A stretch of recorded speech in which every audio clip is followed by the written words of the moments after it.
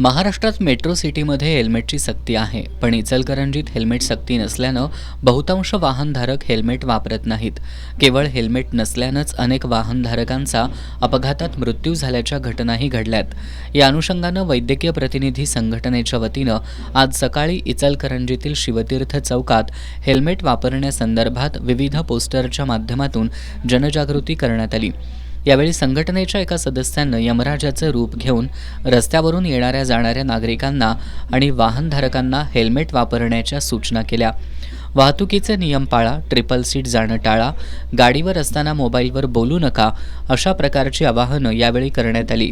Doctor Amit Deshmukh, Sameer Inamdar, Altaf Shaikh, Sandeep Shewale, Sachin Kothawale आणि medical असोसिएशनचे पदाधिकारी मोठ्या संख्येनं या उपक्रमात सहभागी झाले होते.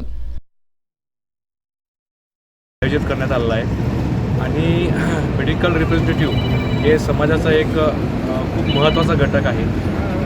मेडिकल रिप्रेझेंटेटिव्ह हे अगदी तळागाळापर्यंत जाऊन पेशंटसाठी ते काम करत असतात आणि हे काम करत असताना त्यांनी सामाजिक भान ठेवून हा जो उपक्रम राबवलेला आहे, हेल्मेट वापरा, हेल्मेटची सक्ती, हे खूप कौतुकास्पद आहे. आपलं काम सांभाळून आपले टार्गेट्स पूर्ण करण्याच्या हिशोबाने हे करत असताना सुद्धा त्यांनी सामाजिक भान ठेवले, हे खरोखर कौतुकास्पद आहे, वाखाणण्याजोग आहे असं मी म्हणू शकेन. आपण व आपले सहकारी जे 24 तासापैकी 12 तास जे आपल्या टू व्हीलरवर असतात त्यांना आपण एक संदेश द्यावा. त्याचबरोबर समाजाचा आपण काही देणं लागतो हे लक्षात ठेवून त्यांनी हा जो हा उपक्रम केला आहे हा खरोखरच चांगला आहे.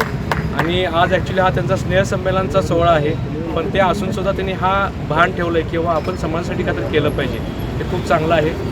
आणि हेल्मेट वापरणं खूप गरजेचं आहे मित्रांनो.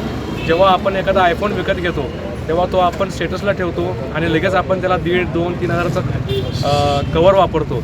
पण आपलं जे लाख मोलाचं हेल्मेट आहे, हे हेड म्हणू आपण त्याला, त्याची आपण किंमत करत नाही, कारण देवानं आपल्याला फ्री दिलेलं आहे ते.